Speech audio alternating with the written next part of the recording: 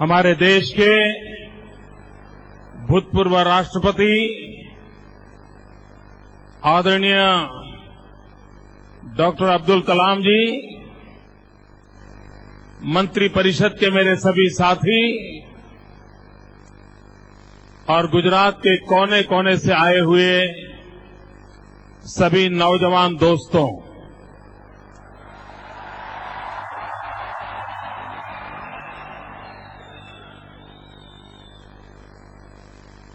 हम सबका सौभाग्य है कि हमें आज स्वामी विवेकानंद जी को स्मरण करने का अवसर मिला है। 150 साल पूर्व समाज व्यवस्था कैसी रही होगी, सैकड़ों वर्षों की गुलामी के बीच इस देश का जनमन कितना निराशा की बुरी अवस्था में डूबा हुआ होगा। दूर दूर तक कोई आशा की किरण नहीं नजर आ रही थी। ऐसे समय बंगाल की धरती पर एक नरेंद्र का जन्म होता है। आज 150 साल उस घटना को पूरे हो रहे हैं। सिर्फ 40 साल का जीवन काल, आप कल्पना कर सकते हैं, सिर्फ 40 साल का जीवन काल, और उतने समय में भी आज 150 साल के बाद भी हर नौजवान को वो आत्मा प्रेरणा दे रही है। वो व्यक्तित्व कैसा होगा, कैसा सामर्थ्य होगा उनके भीतर।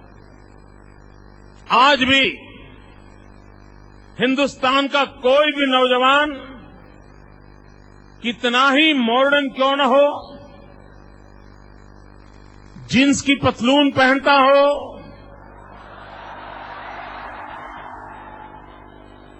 लंबे गुंगराले बाल हो, फैशन में डूबा हुआ हो, आधुनिक होने का गर्व होता हो, लेकिन उसके बावजूद भी कभी उसको स्वामी विवेकानंद जी की मूर्ति के पास या उसकी छवि के पास जाने का अवसर मिले, तुरंत उसका सर झुक जाता है।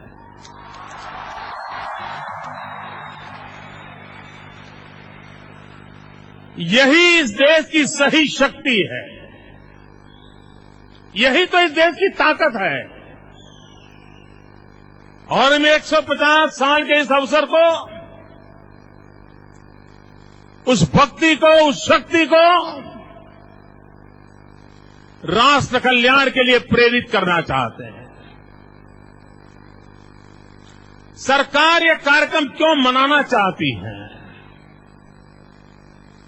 हम विवेकानंद जी के 150 साल क्यों मनाने जा रहे हैं? भाइयों बहनों, स्वामी विवेकानंद जी हम लोगों के लिए कुछ काम छोड़ के गए हैं, कुछ कर्तव्य हमारे जिम्मे छोड़ करके गए हैं।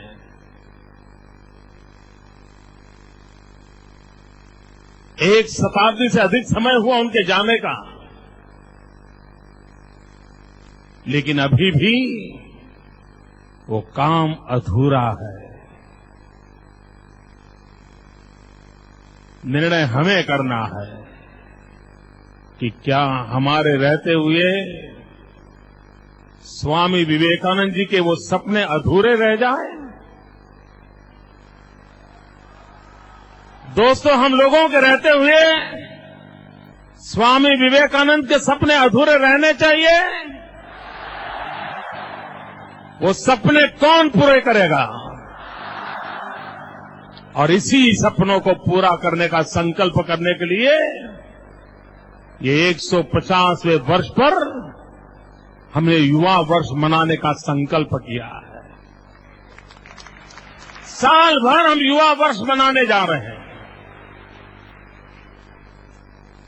हर पल स्वामी जी का स्मरण करते हुए मां भारती के कल्याण के लिए हम जहां हो, जिस अवस्था में हो, कुछ न कुछ करें। इस संकल्पता को बढ़ाने के लिए, उसे और आगे बढ़ाने के लिए इस अवसर को हमने चुना है।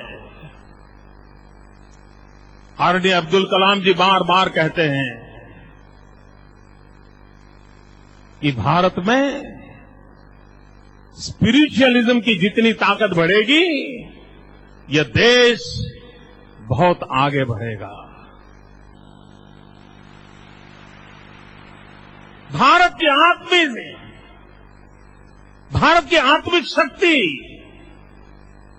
भारत का आत्मा अध्यात्म है। उस अध्यात्म की प्रेरणा इन ऋषियों से, मुनियों से, वेद से विवेकानंद तक जो कुछ भी सामने उपलब्ध है, उसी से प्राप्त होता है। हम उसको अवसर के रूप में लें। स्वामी विवेकानंद ने कहा था, जब लोग निराशा में डूबे थे, अंधविश्वास था, अस्पृश्यता, जातिवाद, इसका जहर फैला हुआ था, राजे रजवाड़े मारकाट में लगे हुए थे, ऐसे समय उस अंधकार के काल में भी स्वामी विवेकानंद ने कहा था कि मैं मेरी आंखों से देख रहा हूं, मेरी भारत माता फिर एक बार जागृत हो गई है। मैं अपनी आंखों से देख रहा हूं कि मेरी भारत माता फिर एक बार जगत गुरु के स्थान पर विराजित होने वाली है। मैं मेरी आंखों से देख रहा हूं कि फिर एक बार पूरी मानव जात का कल्याण का काम यही मेरी भारत माता करने वाली है। ये विवेकानंद जी ने उस समय कहे हुए शब्द थे। आप कल्पना कर सकते हो। लेकिन क्या हम लोगों का दायित्व नहीं है कि स्वामी विवेकानंद ने जिस भारत मां के जागृत रूप को देखा था, उस जागृत रूप को पूरे परिपूर्ण करने का दायित्व इस पीढ़ी के नौजवानों का है, 21वीं सदी के हिंदुस्तान का है। भाई बहनों, हम भाग्यवान हैं, हम दुनिया के सबसे युवा देश हैं। हम दुनिया के सबसे युवा देश हैं। 65% से अधिक लोग इस देश में 35 साल से कम उम्र के हैं।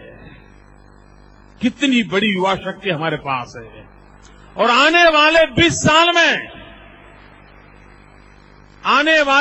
साल में हिंदुस्तान में 24 करोड़ नए युवकों की संख्या जुड़ने वाली है। और दूसरी तरफ चीन में सिर्फ 2 करोड़ युवक बढ़ने वाले हैं और ब्राजील जैसे देश में सिर्फ 1 करोड़ बढ़ने वाले हैं। भारत की युवा शक्ति में आने वाले 20 वर्ष में 24 करोड़ युवकों का इजाफा होने वाला है। अगर ये हमारी युवा शक्ति है तो इस युवा शक्ति के भरोसे हम भारत के भाग्य को बदलने के लिए इस अवसर को चुने और स्वामी विवेकानंद की 150वीं जयंती से बढ़कर के कोई और अवसर नहीं हो सकता जो हमें कुछ करने की प्रेरणा दे। मित्रों, हर इंसान के मन में ईश्वर की प्राप्ति रहती है। विवेकानंद जी हमेशा कहते थे, सफलता का मंत्र देते हुए नौजवानों को कहते थे कि तुम्हें पागलपन सवार होना चाहिए, तुम्हें कुछ नहीं दिखना चाहिए, सिवाय अपने ध्येय के तुम्हारा समर्पण कहीं और होना नहीं चाहिए। एकमात्र लक्ष्य की ओर अपना समर्पण रहेगा। अगर तुम्हारा फोकस ठीक रहेगा और उसके पीछे जी जान से जुड़ जाओगे तो जीवन में तुम भी सफल हो सकते हो। ये विवेकानंद जी कहा करते थे। भाइयों बहनों, हम भी क्या अपने सपनों को पूरा करने के लिए उन महापुरुषों के शब्दों पर विश्वास करके अपने जीवन को अपने लक्ष्य की पूर्ति के लिए आहूत नहीं कर सकते? अगर हम सब मिलकर के भारत मां को जगत गुरु बनाने का सपना देकर के निकले और करोड़ों देशवासी अपने सपनों को आहूत कर दें, मित्रों, किसी की ताकत नहीं है कि हमें देश विश्व के जगत गुरु बनाने से रोक सकता है।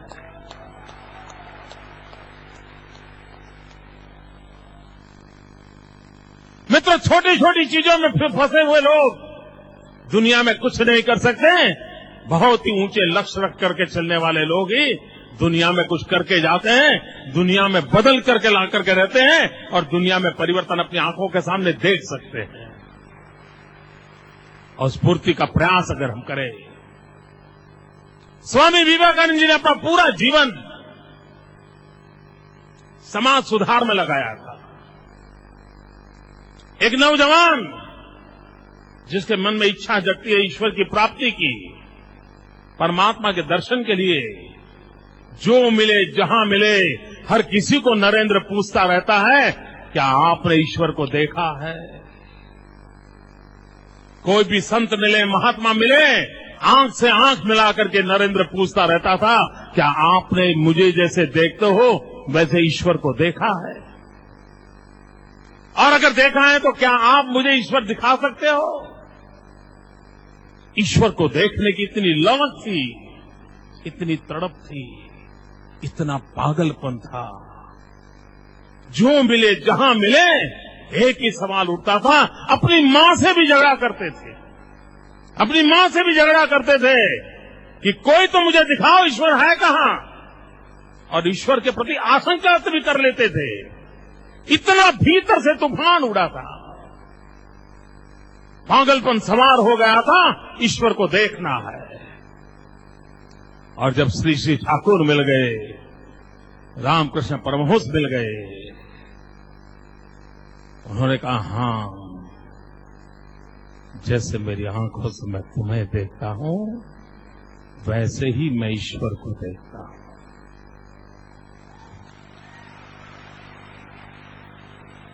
और चटाक से विवेकानंद के आशंकित मन ने कह दिया, तुम जो कहते हो बाबा ठीक है, क्या मुझे दिखा सकते हो ठाकुर? विवेकानंद ने सवाल पूछ लिया और श्री श्री ठाकुर रामकृष्ण परमहंस देव जी ने जी हां बोले, मैं तुम्हें दिखा सकता हूं। मां काली को मैं तुम्हारे सामने वैसे ही दिखा सकता हूं। मित्रों, सब प्रकार की तड़प थी, सालों तक की तड़प थी, नौकरी छोड़ी, मां छोड़ी, सब कुछ छोड़ करके वे इस काम के लिए निकल पड़े थे। लेकिन जब मौका आया, ईश्वर प्राप्ति का अवसर मिल गया, काली के दर्शन हो गए, काली से बात करने का सौभाग्य प्राप्त हो गया, और उस पल ये भारत का भाग्य देखिए, जिस परमात्मा को पाने के लिए सब कुछ छोड़ा था, उस परमात्मा को भी छोड़ दिया। ये बहुत कम लोग सोच सकते मित्रों। उन्होंने कहा, ठीक है, हो गए दर्शन, अब मैं राष्ट्र के लिए कुछ अपने आप को लगा दूंगा, मेरी उपासना कहीं और है। मित्रों, हिंदुस्तान के अंदर धर्म का इतना महात्मा होने के बाद भी 1902 में स्वामी विवेकानंद जी ने कहा था, जीवन का अंतकाल था, और अंतकाल में कहा था कि मेरे देशवासियों, आप बहुत सारे भगवानों की पूजा करते हो, ईश्वर के पीछे आप पागल हो, सुबह शाम आरती धूप माला जपते रहते हो, समय की मांग है। देखिए, जो इंसान अपनी जवानी भगवान को पाने के लिए पागल की तरह खपा चुका था, 1902-3 के कालखंड में जीवन के अंतकाल में पहुंचते समय दुनिया को कहता है, हिंदुस्तान को कहता है कि तुम्हारे जो भगवान हैं, तुम जो ईश्वर के पीछे पागल बैठे हो, इन सारे के सारे भगवान को पानी में डुबो दो। आप कल्पना कर सकते हो, जिस व्यक्ति ने घर छोड़ा था ईश्वर को पाने के लिए, वो संसार छोड़ने से पहले कहता है कि तुम अपने सारे ईश्वरों को पानी में डुबो दो। और समय की मांग है, एक माता आराध्य देव हो तुम्हारा, एक ही तुम्हारी माता हो, एक ही तुम्हारा ईश्वर हो, एक ही तुम्हारी शक्तिपीठ हो, और वो हो मां भारती।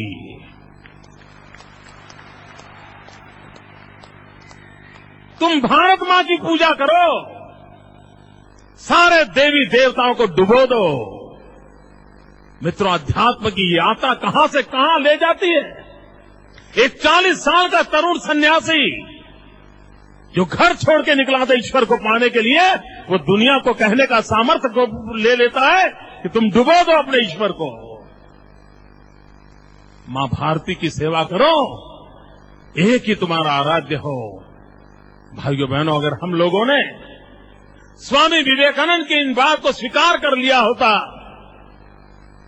100 करोड़ के देशवासी मां भारती के लिए अपने आप को खपा देते, तो आज दुनिया के सबसे समृद्ध देशों में हम होते, दुनिया के सबसे सर्वोपरि देश हम होते।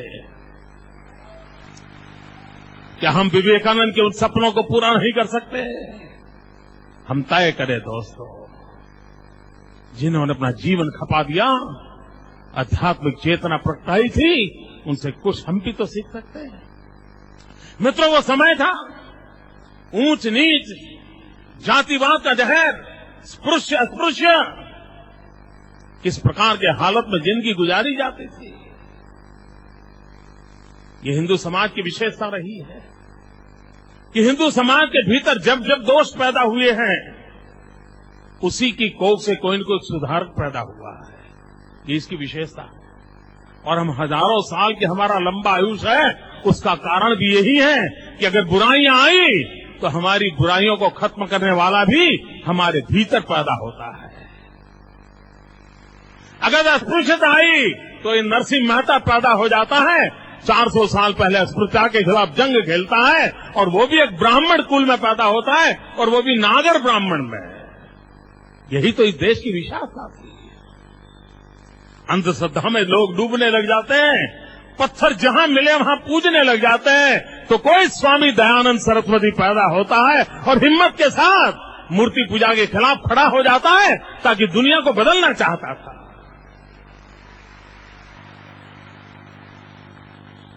ये कितना बड़ा सामर्थ्य था। स्वामी विवेकानंद ने समाज के उस प्रवाह के खिलाफ आवाज उठाई, अस्पृश्यता के खिलाफ जंग छेड़ दिया, हिंदू समाज की कटु आलोचना की, जाति व्यवस्था के आगे हिंदू समाज जिस प्रकार से टूटता फूटता जा रहा था, उसके प्रति अपना रोष व्यक्त किया। और विवेकानंद ने तो यहां तक कह दिया, इतना उत्तम विरासत के हम धनी, इतनी महान सांस्कृतिक विरासत हमारे पास है कि हम कहां जाके खड़े हैं। हमने हमारे रिलीजन को, हमारी परंपराओं को, हमारे आध्यात्मिक जीवन को किचन में बंद कर दिया है। कब क्या खाना, इसी में हम लगे पड़े हैं। एकादशी को क्या खाना और पूर्णिमा को नहीं खाना, ये हमने हमारे आध्यात्मिक विरासत को हमने ही अपने चोट पहुंचाई है।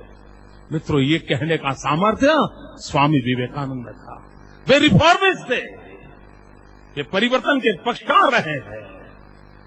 जब वो भारत भ्रमण के लिए चले, सोमनाथ की धरती पर आए थे।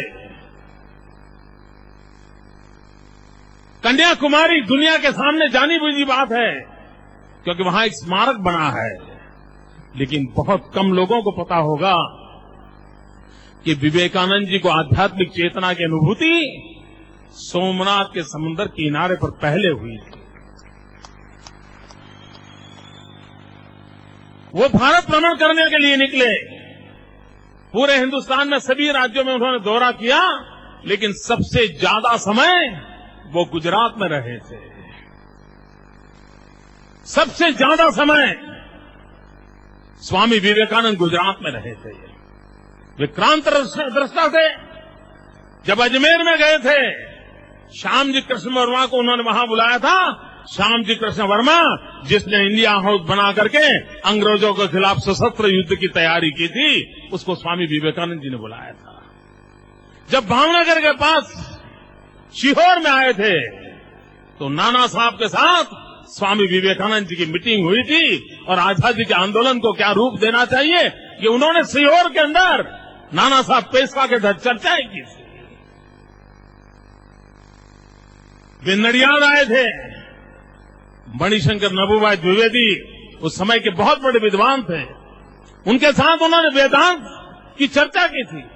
वो पोरबंदर गए, रुके वहां, और उस समय के प्रसिद्ध शास्त्रज्ञ भट्ट जी थे, उनके पास उन्होंने शास्त्र सीखने का प्रयास किया था। गुजरात के साथ विवेकानंद जी का एक विशेष नाता रहा था। हमारी मिट्टी पवित्र हुई है। यहां जो प्रदर्शन लगी है, आप उस प्रदर्शन में जाओगे तो देखोगे कि गुजरात में विवेकानंद जी ने कहां कहां भ्रमण किया था और कब कब किया था। आपके रोंगटे खड़े हो जाएंगे कि हम इस मिट्टी के अंदर हम भी पले बढ़े हैं। हमारा ये सौभाग्य है जहां पर स्वामी विवेकानंद जी चरण रच पड़े थे, और ये हमारे जीवन का भाग्य होता है।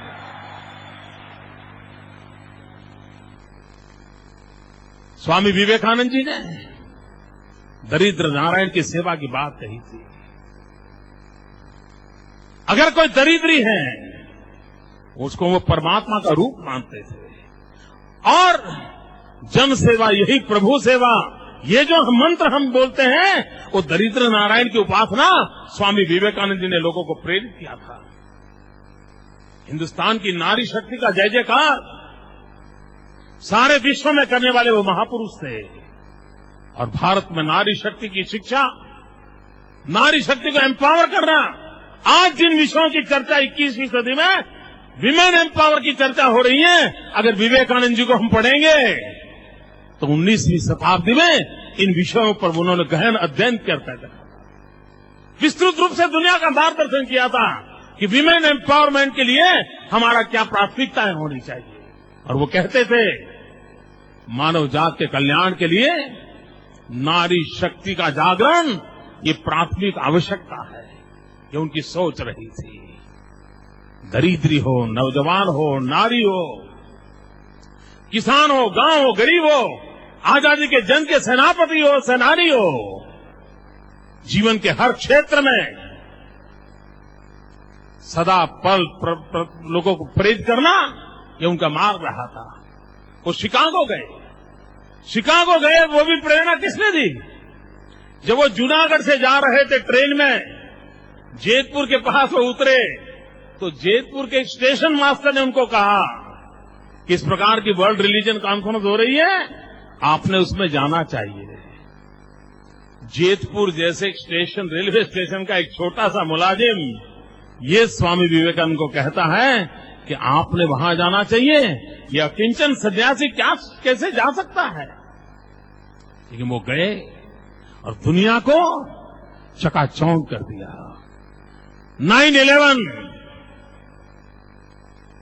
हम लोग 9/11 को एक कारण से जानते हैं, क्योंकि 9/11 को अमेरिका में आतंकवादियों ने हमला किया था, ट्विन टावर को तोड़ दिया था।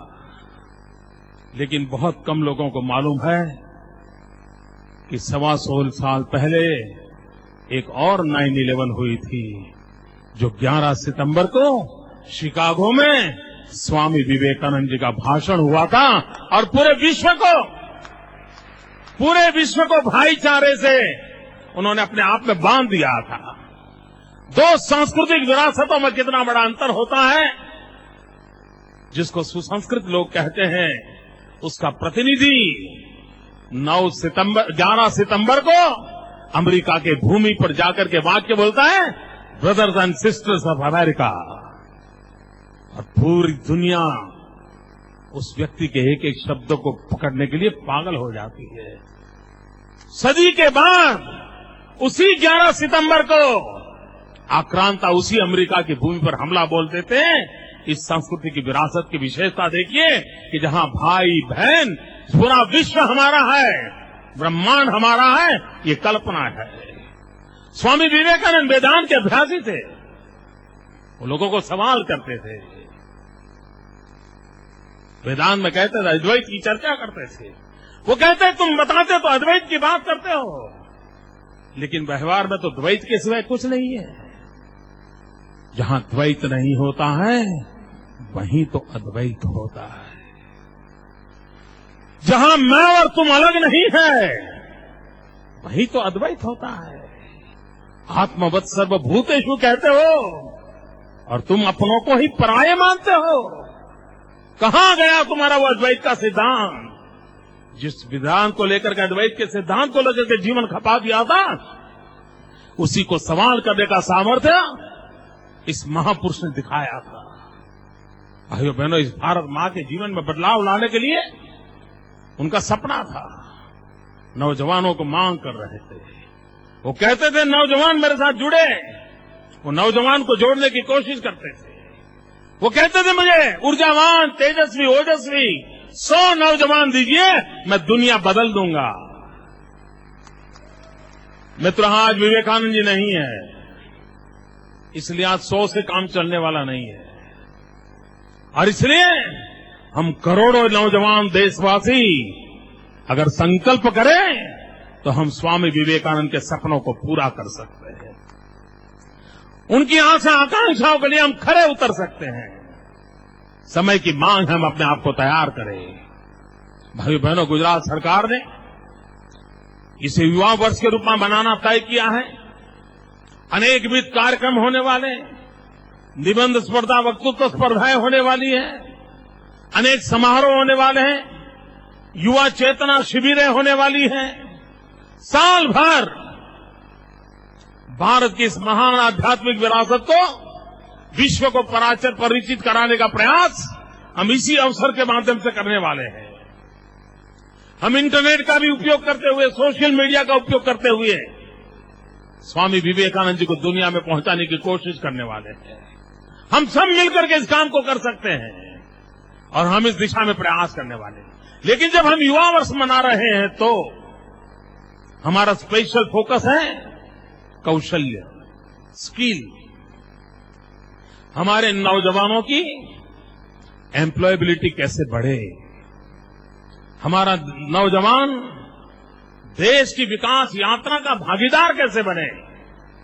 उपदेशों से काम चलने वाला नहीं है और इसलिए स्किल डेवलपमेंट को हम प्राथमिकता देकर के पूरे राज्य में विवेकानंद स्किल डेवलपमेंट सेंटर्स खड़े करने वाले हैं और हर नौजवान को कोई न कोई हुनर सीखने को मिले। और ये बात सही है मित्रों, ज्ञान की जरूरत होती है, ज्ञान आवश्यक भी होता है, लेकिन जिंदगी में हुनर की भी आवश्यकता होती है। एक बार स्वामी विनोबा जी के शिष्य धर्माधिकारी जी के जीवन की बड़ी मजेदार घटना है। धर्माधिकारी जी से मिलने के लिए एक नौजवान आया, नौकरी की तलाश में था। वो धर्माधिकारी जी को मिला, वो कह रहा है कि मुझे कोई रोजी रोटी का प्रबंध कर दीजिए। उन्होंने कहा भाई क्या आता है तुम्हें? वो कहता है मैं ग्रेजुएट हूं। धर्माधिकारी जी ने पूछा भाई ग्रेजुएट हो लेकिन तुम्हें आता क्या है? नहीं, बोले मैं ग्रेजुएट हूं। हाँ भाई तुम ग्रेजुएट हो, तुम्हें टाइपिंग आता है क्या? वो कहता है मैं ग्रेजुएट हूं। अरे भाई तुम ग्रेजुएट हो तो खाना पकाना आता है क्या? अरे बोले मैं ग्रेजुएट हूं। वो हर बार अपना सर्टिफिकेट दिखाता रहता था और धर्माधिकारी जी पूछते थे कि तुम्हें कुछ आता भी है क्या? मित्र, दुनिया में कुछ आता है, इसी सवाल का जवाब देना पड़ेगा।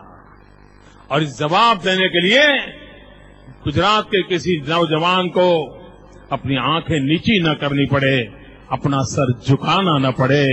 मेरा गुजरात का हर नौजवान सीना तान करके आंख में से आंख मिला करके जवाब दे सके, हाँ मुझे आता है।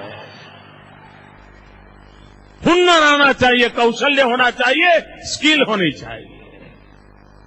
और स्किल डेवलपमेंट के लिए हम प्रयास करने वाले हैं, हम इसको आगे बढ़ाना चाहते हैं। नौजवानों, हम स्वामी विवेकानंद जी के 150 वर्ष मना रहे तब वो कौन सी ताकत है जो हमें आगे ले जा सकती है? वो कौन सा मंत्र है जो हम आगे लेकर के ले जा सकते हैं? भाइयों बहनों, इस पवित्र अवसर पर मेरे मन में जो विचार आते हैं उसका 2 मिनट में उल्लेख करके मैं अपनी बात समाप्त करूंगा। मैं चाहूंगा दोस्तों, अपने जीवन में इतने सारे नौजवान मित्र मेरे सामने खड़े हैं और आपके माध्यम से पूरे गुजरात के नौजवान एक एक शब्द सुनने पर लायला थे, तब मैं आपको कहना चाहता हूं भाइयों बहनों, हम जीवन में 3 चीजों को मंत्र के रूप में स्वीकार कर लें। हम 3 चीजों को जीवन में अपने आराध्य मान लें।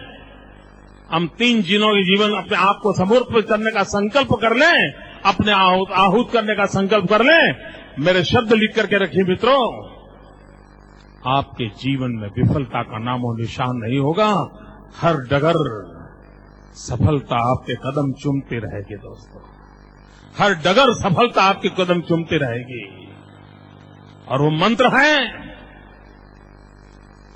जितना हो सके उतनी ज्यादा स्किल एक्वायर कीजिए। स्किल होनी चाहिए। अगर स्किल है तो मित्रों जिंदगी में कहीं कोई रुकने का अवसर नहीं आएगा। दूसरा, विल चाहिए। हम कहते तो हैं where there is a will there is a way, लेकिन पता नहीं है विल है कहां। हम मारुति कार के दीक्षे देखते हैं, विल है कहां? विल भीतर होता है दोस्तों। Where there is a will there is a way अगर कहते हैं, स्किल चाहिए, विल चाहिए और मन में संकल्प होना चाहिए, विल। स्किल हो, विल हो, विन हो, मित्रों दुनिया की कोई ताकत आपको रोक नहीं सकती है।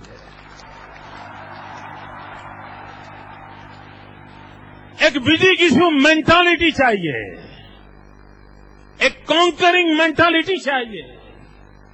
और ये सारी लड़ाई मन की होती है।